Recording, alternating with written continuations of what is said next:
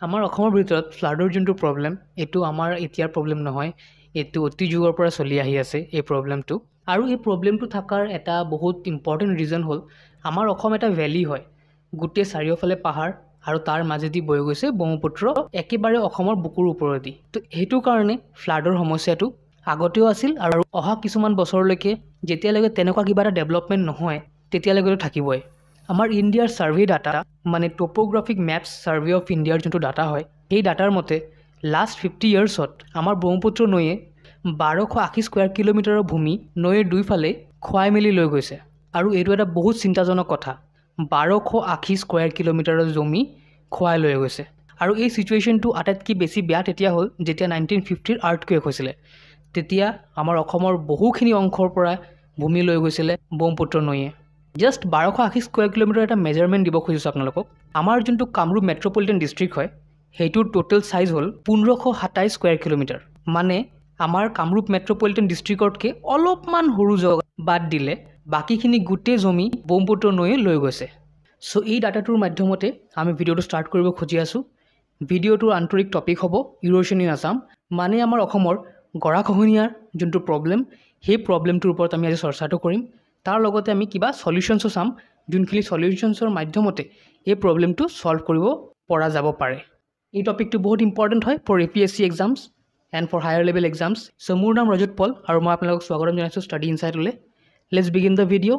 So' according to the data provided by the Assam state disaster management authority, 2021 পৰা 2022 ভিতৰত অসমৰ ভিতৰত ৰেকৰ্ড কৰা হৈছে 530টা মথাউৰি ভাঙাৰ নাম্বাৰ, মানে কিমানখিনি মথাউৰি ভাঙিছে আমাৰ গৰাখহনীয়াৰ কাৰণত, সেইটোৰ টোটেল নাম্বাৰ হ'ল 530টা 2011 পৰা 2022 ভিতৰত। আৰু 2015ৰ যোনটো ফ্লাডৰ সমস্যা হৈছিলে সেইটো ওৱান অফ দ্য লাৰ্জেষ্ট ফ্লাডৰ প্ৰব্লেম বুলি আমি ক'ব পাৰোঁ। আৰু তেতিয়া অকল এটা বছৰতেই 283টা মথাউৰি ভাঙিছে গৰাখহনীয়াৰ কাৰণত। 2011 পৰা 2022 ভিতৰত এইটো আটাইতকৈ বেছি মথাউৰি ভাঙাৰ নাম্বাৰ এটা বছৰতে। 2020ত 24টাতকৈ বেছি মথাউৰি ভাঙিছে, 2019ত 38টা, 2018ত 25টা, 2017ত 26টা, 2016ত 26টা, 2014ত 31টা, 2013ত 17টা আৰু 2011 নাম্বাৰ হ'ল 54। চ' সেইখিনি কালেক্টিভলি যদি আমি কাউণ্ট কৰোঁ টোটেল হ'ল 530। And according to the same government data 4 lakh হেক্টৰতকৈ বেছি জমি গৰাখহনীয়াৰ কাৰণতে ব্ৰহ্মপুত্ৰ নৈ আৰু তাৰ ট্ৰিবিউটাৰিজ যিমানখিনি আমাৰ নৈ আছে গোটেইখিনি মিলিয়ে খুৱাই লৈ গৈছে চিন্স 1950। মানে 1950ৰ পৰা টিল টুডে 4 লাখ হেক্টৰতকৈ বেছি জমি ব্ৰহ্মপুত্ৰ নৈ আৰু বাকীখিনি নৈ কালেক্টিভলি খুৱাই লৈ গৈছে। চ' 4 লাখ হেক্টৰ মানে কিমান হ'ব পাৰে in square kilometre? 4000 square kilometre. আৰু মই আপোনালোকক ক'ব বিচাৰিছোঁ আমাৰ কামৰূপ মেট্ৰপলিটন ডিষ্ট্ৰিক্ট হ'ল 1500 স্কুৱেৰ কিলোমিটাৰ। তাৰ মানে কামৰূপ মেট্ৰপলিটন ডিষ্ট্ৰিক্টৰ নিচিনা 3খন ডিষ্ট্ৰিক্টমান হ'ব বা 2.5খন ডিষ্ট্ৰিক্টমান হ'ব, ইমানখিনি জমি খুৱাই লৈ গৈছে আমাৰ অসমৰ পৰা। তাৰে যদি আমি আমাৰ অসমৰ অভাৰঅল লেণ্ডৰ পাৰ্চেণ্টেজৰ লগত কেলকুলেট কৰোঁ, টোটেল 7.5% অফ আছামছ এৰিয়া এতিয়া নাইকিয়া হৈ থাকিলে, মানে ব্ৰহ্মপুত্ৰ নৈয়ে লৈ গুচি গ'ল। আৰু প্ৰতিটো বছৰত এট এন এভাৰেজ 8000 হেক্টৰছৰ মাটি নাইকিয়া হৈ গৈ আছে ডিউ টু গৰাখহনীয়া আৰু ফ্লাড প্ৰব্লেমছ। ইণ্টাৰেষ্টিংলি আমাৰ গুৱাহাটী ইউনিভাৰ্চিটিৰ ডিপাৰ্টমেণ্ট অফ জিঅ'লজিৰ এজন প্ৰফেচাৰ, তেখেতৰ নাম হ'ল পৰাগ ফুকন, তেখেতে এটা ৰিচাৰ্চ পেপাৰ পাব্লিছ কৰিছিলে। আৰু সেই ৰিচাৰ্চ পেপাৰৰ মতে আমাৰ ব্ৰহ্মপুত্ৰ ভেলীৰ যোনটো ৰিভাৰ প্লেইন এৰিয়া বুলি আমি জানো, সেইটো আমাৰ ষ্টেটৰ 75% এৰিয়া কভাৰ কৰে। মানে আমাৰ ষ্টেটৰ ভিতৰত যোনটো আমাৰ ব্ৰহ্মপুত্ৰ ভেলী, সেই ব্ৰহ্মপুত্ৰ ভেলীৰ যোনটো ৰিভাৰিন প্লেইন এৰিয়া, ৰিভাৰৰ যোনটো প্লেইন এৰিয়া, সেইটো আমাৰ ষ্টেটৰ 74% এৰিয়া কভাৰ কৰে। মানে আমাৰ ষ্টেটৰ টোটেল যিমান এৰিয়া তাৰে ভিতৰত 74% এৰিয়া হ'ল আমাৰ ব্ৰহ্মপুত্ৰ ভেলীৰ যোনটো ৰিভাৰিন প্লেইন এৰিয়া। তাৰে ভিতৰত যোনটো আমাৰ নৈৰ এক্টিভ বৈ যোৱাখিনি স্ৰোত হয়, মানে এক্টিভ নৈ যোনটো গৈ আছে, আপোনালোকে চাব আমাৰ নৈ একফালেদি গৈ থাকে আৰু নৈৰ যোনটো চাৰ এৰিয়াছ থাকে আৰু যোনটো এনেই বালিৰ নিচিনাকৈ থাকে, যোনখিনি জেগাত নৈ বৈ নাযায়, সেইখিনি কোৱা হয় ফ্লাড প্লেইন এৰিয়াছ। সো আমাৰ নৈ যোনটো বৈ গৈ আছে তাৰ লগতে যিখিনি জেগাতে নৈ বৈ যোৱা নাই মানে এনেই বালি নিচিনাকৈ আছে বাট সেইটোও আমাৰ ৰিভাৰৰ ভিতৰতে আহে বিকজ যেতিয়া ফ্লাড হয় সেইখিনি জেগাও পানী আহি যায় কভাৰ আপ হৈ যায় সো টোটেলি সেই বালি থকা জেগাখিনি আৰু এক্টিভ নৈ যোনটো বৈ গৈ আছে সেইখিনি জেগাক কোৱা হয় ফ্লাড প্লেইন কভাৰ্ছ সো সেই ফ্লাড প্লেইন কভাৰ যোনটো আমাৰ ব্ৰহ্মপুত্ৰ নৈৰ সেইটো আমাৰ টোটেল যোনটো ষ্টেটৰ এৰিয়া তাৰে 19.5% কভাৰ কৰে মানে ভাবক আমাৰ অসমৰ টোটেল জমিৰ পাৰ্চেণ্টেজ হ'ল 100%, তাৰে ভিতৰত 19.5% মানে অলমষ্ট 20% এৰিয়া ব্ৰহ্মপুত্ৰ নৈ লৈ গৈ আছে যদি আমি ভেলীৰ কথা ক'ব যাওঁ তেতিয়াহ'লেতো 74% লৈ গৈ আছে বাট এজ আমি এতিয়া জাষ্ট নৈ আৰু নৈৰ এৰিয়াখিনিৰ কথা কৈ আছোঁ সেইটো কভাৰ কৰে 19.5% আৰু সেই ৰিপৰ্টটোৰ মতে আৰু কিছুমান কথা আমি জানিব পাৰিছোঁ যেনেকৈ আমি ডিছকাছ কৰিলোঁ 1280 স্কুৱেৰ কিলোমিটাৰৰ জমি গৰাখহনীয়া হৈ গ'ল ব্ৰহ্মপুত্ৰ নৈৰ কাৰণে due to flood problems so সেই 1280 স্কুৱেৰ কিলোমিটাৰ জমি যদি আমি ডিভাইড কৰোঁ নৰ্থ আৰু ছাউথ জোনৰ ভিতৰত মানে ব্ৰহ্মপুত্ৰ নৈৰ নৰ্থৰ ফালে কিমান জমি গৰাখহনীয়া হৈছে সেইটো হৈ গ'ল আমাৰ 502 স্কুৱেৰ কিলোমিটাৰ 502 স্কুৱেৰ কিলোমিটাৰ জমি ব্ৰহ্মপুত্ৰ নৈৰ নৰ্থ বেংকৰ পৰা গৰাখহনীয়া হৈ গ'ল আৰু ছাউথ বেংকৰ পৰা যোনটো ছাইডত আমাৰ কাজিৰঙা আছে আমাৰ গুৱাহাটী আহে গোৱালপাৰা আহে এই ছাউদাৰ্ণ বেংকৰ পৰা টোটেল 710 কিলোমিটাৰ জমি খুৱাই মেলি লৈ গৈছে আমাৰ ব্ৰহ্মপুত্ৰ নৈ আৰু এজ অফ 2022 আটাইতকৈ বেছি যোনখন ডিষ্ট্ৰিক্টৰ পৰা এই গৰাখহনীয়াৰ সমস্যাটো আছে সেইটো হ'ল আমাৰ মৰিগাঁও ডিষ্ট্ৰিক্ট এতিয়ালৈকে 204 কিলোমিটাৰ জমি হেৰালে বহু এনেকুৱা গাঁও আছে যোনখিনি গাঁৱৰ অস্তিত্ব নাইকিয়া হৈ গ'ল মৰিগাঁও ডিষ্ট্ৰিক্টৰ ভিতৰত আৰু নৱেম্বৰ 2019ৰ পৰা মাৰ্চ 2022ৰ ভিতৰত মৰিগাঁও ডিষ্ট্ৰিক্টে 4 স্কুৱেৰ কিলোমিটাৰ জমি হেৰালে অকল 3 বছৰৰ ভিতৰতে আৰু এই গোটেইখিনি সমস্যা যোনটো আমাৰ মৰিগাঁও ডিষ্ট্ৰিক্টৰ মিকিৰ গাঁও আছে সেইটো জগাৰ পৰাই আছে মানে সেইটো জগাতে বেছি এনেকুৱা খুৱাই মেলি লৈ গৈছে ব্ৰহ্মপুত্ৰ নৈ সিমিলাৰলি তিনচুকীয়া ডিষ্ট্ৰিক্টে হেৰালে 244 স্কুৱেৰ কিলোমিটাৰ ডিব্ৰুগড় ডিষ্ট্ৰিক্টে হেৰালে 132 স্কুৱেৰ কিলোমিটাৰ বিশ্বনাথ আৰু তেজপুৰে হেৰালে 63 স্কুৱেৰ কিলোমিটাৰ বৰপেটা ডিষ্ট্ৰিক্টে হেৰালে 146 স্কুৱেৰ কিলোমিটাৰ ধুবুৰী ডিষ্ট্ৰিক্টে হেৰালে 167 স্কুৱেৰ কিলোমিটাৰ কামৰূপ ডিষ্ট্ৰিক্টে হেৰালে 30 স্কুৱেৰ কিলোমিটাৰ যোৰহাট ডিষ্ট্ৰিক্টে হেৰালে 39 স্কুৱেৰ কিলোমিটাৰ ধেমাজি ডিষ্ট্ৰিক্টে হেৰালে 71 স্কুৱেৰ কিলোমিটাৰ সো সেই গোটেইখিনি ডিষ্ট্ৰিক্টৰ যেতিয়া আমি ষ্টাডি কৰিলোঁ আমি এটা বস্তু পালোঁ যে মৰিগাঁও ডিষ্ট্ৰিক্ট ধুবুৰী ডিষ্ট্ৰিক্ট আৰু তিনচুকীয়া ডিষ্ট্ৰিক্টে আটাইতকৈ বেছি ছাফাৰ কৰিছে আৰু যদি আমি ফ্লাডৰ যোনটো ডেমেজেছ সেইটো কথা যদি আমি ডিছকাছ কৰোঁ তেতিয়াহ'লে আমি জানিবলৈ পাম 2022ত ফ্লাডে ডেমেজ কৰিলে 50,000তকৈ বেছি ঘৰ 2021ত ডেমেজ কৰিলে 3,362 2020ত ডেমেজ কৰিলে 56,000 ঘৰ 2019ত ডেমেজ কৰিলে 1.3 লাখ ঘৰ 2018ত ডেমেজ কৰিলে 76,000 ঘৰ 2017ত ডেমেজ কৰিলে 1.11 লাখ ঘৰ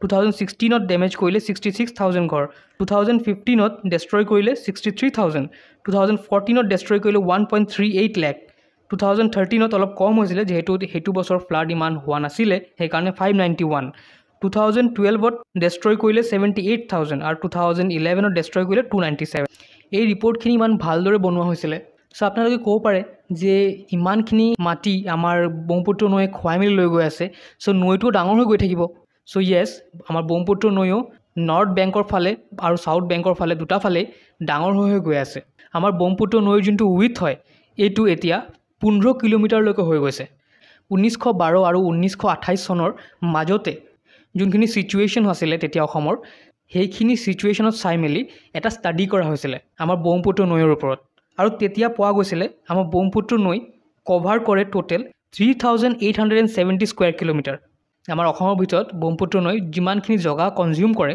সেইটো টোটেল হ'ল আমাৰ 3,870 স্কুৱেৰ কিলোমিটাৰ আৰু বৰ্তমানো নহয় 2006ত সেম ষ্টাডি এটা কণ্ডাক্ট কৰা হৈছিলে এইটো চাবলৈ যে আমাৰ ব্ৰহ্মপুত্ৰ নৈ কিমান জেগা কনজিউম কৰে আমাৰ অসমৰ ভিতৰত আৰু তেতিয়া পোৱা গৈছে ব্ৰহ্মপুত্ৰ নৈ এতিয়া টোটেল 6,080 স্কুৱেৰ কিলোমিটাৰ জগা কনজিউম কৰে মানে ডাবল জেগা কনজিউম কৰে এতিয়া আৰু আমাৰ ছাৰ্ভে অফ ইণ্ডিয়াৰ যোনটো টপোগ্ৰাফিক মেপছৰ ৰিপৰ্ট হয় তাতে জনোৱা হৈছিলে আমাৰ ব্ৰহ্মপুত্ৰ নৈৰ যোনটো আগতে এভাৰেজ উইথ আছিলে সেইটো আছিলে 6 কিলোমিটাৰ এতিয়া যোনটো আমাৰ এভাৰেজ উইথ হ'ল সেইটো হ'ল 10 কিলোমিটাৰ্ছ আৰু এই ৰিপৰ্টটো এজ অফ 2022 নেক্সট হ'ল একৰ্ডিং টু আমাৰ নেশ্যনেল ফ্লাড কমিশ্যন আমাৰ ষ্টেটৰ 40% যোনটো এৰিয়া এইটো ফ্লাড প্ৰ'ন এৰিয়া হয় মানে নেশ্যনেল ফ্লাড কমিশ্যনে জনাইছে আমাৰ অসমক যে এজ আমাৰ অসম এটা ভেলী হয় চাৰিওফালে পাহাৰ আছে সো ফ্লাডটো হ'বই সেইটো কণ্ট্ৰল কৰিব পৰাকৈ জানিব লাগিব because almost 40% of the area is flood prawn area, মানে সেইখিনি জেগাত ফ্লাড হোৱাৰ এটা চান্সেছ নহয়, হ'বই আপোনালোকে ধৰি ল'ব পাৰে।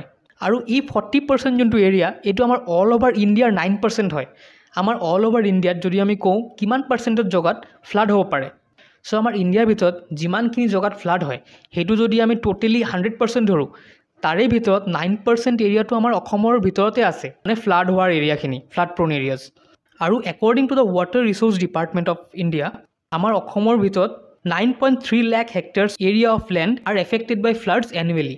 বাট ইণ্টাৰেষ্টিংলি এই ৰিপৰ্টটোৰ ভিতৰত আৰু কিবা এটা ভাল ইনফৰ্মেশ্যন আছে, সেইটো হ'ল ব্ৰহ্মপুত্ৰ নৈয়ে যিমানখিনি জেগা খুৱাই মেলি লৈ যায়, কিছুমান ছাইডৰ পৰা আকৌ চাব আপোনালোকে নৈটো তেৰা বেকাকৈ আকৌ বেলেগ ছাইডেদি ওলাই যায় আৰু সেইটো জেগা নতুনকৈ কাল্টিভেশ্যন কৰিবলৈ দি থৈ যায়। চ' সেইখিনি জেগা আৰু এড হৈ যায় আমাৰ টোটেল এৰিয়ালৈকে আমাৰ অসমৰ ভিতৰত, তাতে মানুহে থাকে, কাল্টিভেট কৰে। চ' তেনেকৈ ব্ৰহ্মপুত্ৰ নৈ কিমানখিনি জেগা আমাৰ অসমক দি থৈ গৈছে, চ' টোটেল হ'ল 618 স্কুৱেৰ কিলোমিটাৰ। চ' 1280 স্কুৱেৰ কিলোমিটাৰ যেনেকৈ লৈ গৈছে, 618 স্কুৱেৰ কিলোমিটাৰ আকৌ দিও গৈছে। তেনেকুৱা একো কথা নহয় যে দি গৈছে মানে তাতে ফ্লাড নহয়, ফ্লাডৰ যেতিয়া ছিজন আহে তাতেও ফ্লাড হয়, বাট সেইখিনি জেগা অলপ কম ফ্লাড হয়। বিকজ এটা জেগাত মাটিখিনি যেতিয়া জমা হৈ গৈ থাকে, সেই জেগাটোৰ যোনটো এলিভেশ্যন লেভেল সেইটো বাঢ়ি গৈ থাকে, চ' তেতিয়া সেইটো এৰিয়ালৈকে পানীটো উঠিবলৈ অলপ টান পায়।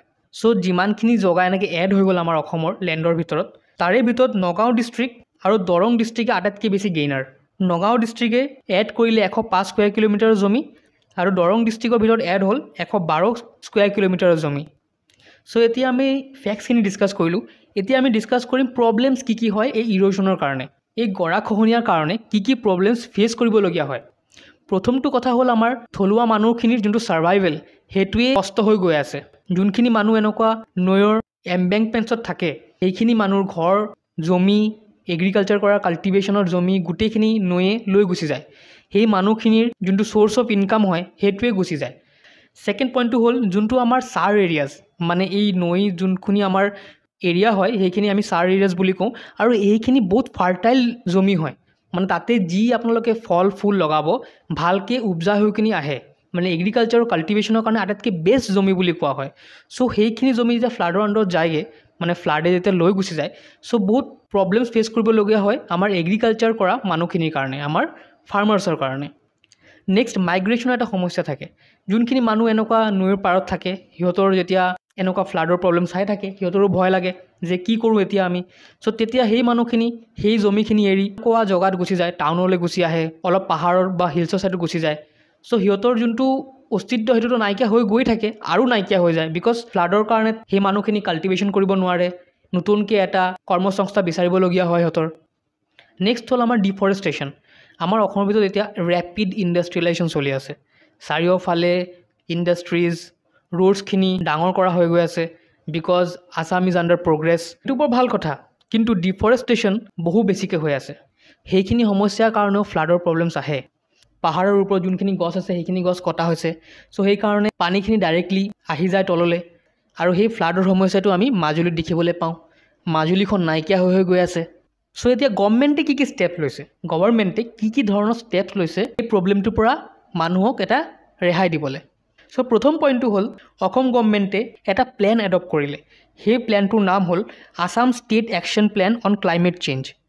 এই প্লেনটো 2015 পৰা 2020লৈকে চলিছিলে। সেই প্লেনটোৰ ভিতৰত আমাৰ ষ্টেট গভৰ্ণমেণ্টে বহু ধৰণৰ এনেকুৱা ষ্টেপ লৈছে যেনিবা এই ইৰ'শ্যন বা গৰাখহনীয়াৰ প্ৰব্লেমটো ছল্ভ কৰিব পাৰে। ছেকেণ্ড পইণ্টটো হ'ল আমাৰ মথাউৰিকেইটা বনোৱা। ষ্টেট গভৰ্ণমেণ্টে যিমানখিনি মথাউৰি আছে সেইখিনি বনাবলৈ চেষ্টা কৰিলে, মানে পকা কৰি দিবলৈ, যেনিবা সেই মথাউৰিখিনি ষ্ট্ৰং থাকে আৰু ফ্লাডৰ পানী যোনটো সেইটো টাউনলৈ সোমাব নোৱাৰে। নৈৰ এম্বেংকমেণ্টছখিনি ষ্ট্ৰং কৰিলে, ফ্লাড ৱাৰ্ণিং ছিষ্টেম লগালে জেগাই জেগাই, আৰু ফ্লাডৰ ওপৰত ষ্টাডি কৰিলে। আৰু ফ্লাডৰ ওপৰত ষ্টাডি কৰি মেলি এটা এনেকুৱা কথা জানিবলৈ পোৱা গ'ল, আমি সকলোৱে চাইছোঁ ফ্লাড যেতিয়া হয় আমাৰ খেতি পথাৰখিনি ডেষ্ট্ৰয় হৈ যায়। চ' এনেকুৱা ধৰণৰ এটা পেডি কাল্টিভেট আমি কৰিব পাৰি যোনটো ফ্লাড হ'লেও ডেমেজ হৈ নাযায়। সেইটো হ'ল আমাৰ পেডি ক্ৰপছ বড়ো যোনটো আমাৰ চাউল, বড়ো চাউলৰ যোনটো খেতি হয় সেইটো ডেষ্ট্ৰয় হৈ নাযায় যেতিয়া ফ্লাড হয় আমাৰ ষ্টেটৰ ভিতৰত। চ' এইটো এটা ষ্টাডিৰ ভিতৰতে ৰিচিভ কৰা হৈছে। 3 নম্বৰটো হ'ল অসম গভৰ্ণমেণ্টে বহুখিনি প্লেনছ এক্সিকিউট কৰিলে। তাৰে ভিতৰত এটা প্লেন হ'ল যে বহুখিনি ফ্লাড শ্বেল্টাৰ বনালে। যেতিয়া ফ্লাড হৈ যায় সেই মানুহখিনি, যোনখিনি মানুহ ভুক্তভোগী হয় সেই মানুহখিনি ফ্লাড শ্বেল্টাৰত চাই কিনি থাকিব পাৰে। আৰু ফ্লাডৰ সমস্যাটো ৰখাবলৈ বহু ধৰণৰ এনেকুৱা ইনফ্ৰাষ্ট্ৰাকচাৰ আৰু বনালে। সো লাষ্টলি আমি মাজুলীৰ কিছুমান কথা ডিছকাছ কৰিম। মাজুলীৰ সমস্যাটো কি, মাজুলী কি ধৰণৰে এই সমস্যাটো ফেচ কৰি আছে। So as per the satellite image, মাজুলীৰ যোনটো লেণ্ড এৰিয়া এইটো 1971ত আছিলে 1256 স্কুৱেৰ কিলোমিটাৰ, আৰু বৰ্তমান 2016ত সেই এৰিয়াটো কমি আহিলে 524 স্কুৱেৰ কিলোমিটাৰলৈকে, মানে মোৰ দেন হাফ নাইকিয়া হৈ গ'ল মাজুলীৰ পৰা। এই যিমানখিনি জমি নাইকিয়া হৈ গ'ল তাৰে ভিতৰত আছিলে 67টা ৰেভিনিউ ভিলেজেছ, আৰু তাৰ ভিতৰতো বহুখিনি আৰু সৰু সৰু গাঁও। মাজুলী আটাইতকৈ বেছি গৰাখহনীয়াৰ সমস্যা ফেচ কৰিছিলে 2017ৰ ফ্লাডত। 2017ৰ যোনটো ফ্লাড হৈছিলে সেইটো ডেভাষ্টেটিং আছিলে মাজুলীৰ কাৰণে, বিকজ তেতিয়া ৰঙা নদী যোনটো হাইড্ৰ' পাৱাৰ প্ৰজেক্ট বনি আছে আমাৰ অৰুণাচল আৰু আছাম বৰ্ডাৰত, সেইটো ব্ৰিজ কৰি মেলি পানী বহুত আহি গৈছিলে, আৰু ধনাৰী ঘাটৰ যোনটো মথাউৰি সেইটো ভাঙি গৈছিলে। সেইকাৰণে মাজুলী বহুত ডিষ্ট্ৰাকশ্যন হৈছিলে। সো এই ভিডিঅ'টো ইয়াতে সামৰিম। যদি আপোনালোকৰ ভিডিঅ'টো ভাল লাগি থাকে তেতিয়াহ'লে লাইক শ্বেয়াৰ কমেণ্ট কৰিব। আৰু এই ভিডিঅ'টো মই বহুত ডিটেইলছত ষ্টাডি কৰি মেলি যিখিনি ৰিচাৰ্চ পেপাৰ আছে গোটেইখিনি ষ্টাডি কৰিলোঁ, তাৰপিছত মই ভিডিঅ'টো বনাইছোঁ আপোনালোকৰ আগত।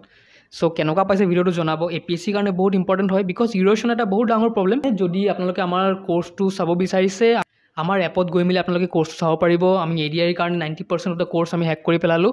তাৰ লগতে এতিয়া ৰিভিজন লগতে মক টেষ্ট বহুত কিবা কিবি চলি আছে। যদি বিচাৰে ডেছক্ৰিপশ্যন বক্সত লিংক থাকিব, আপোনালোকে গৈ মেলি চেক আউট কৰিব পাৰিব। তাৰ লগতে মোৰ কিতাপ যদি আপোনালোকে বিচাৰে ল'ব পাৰে, এমাজনত আছে।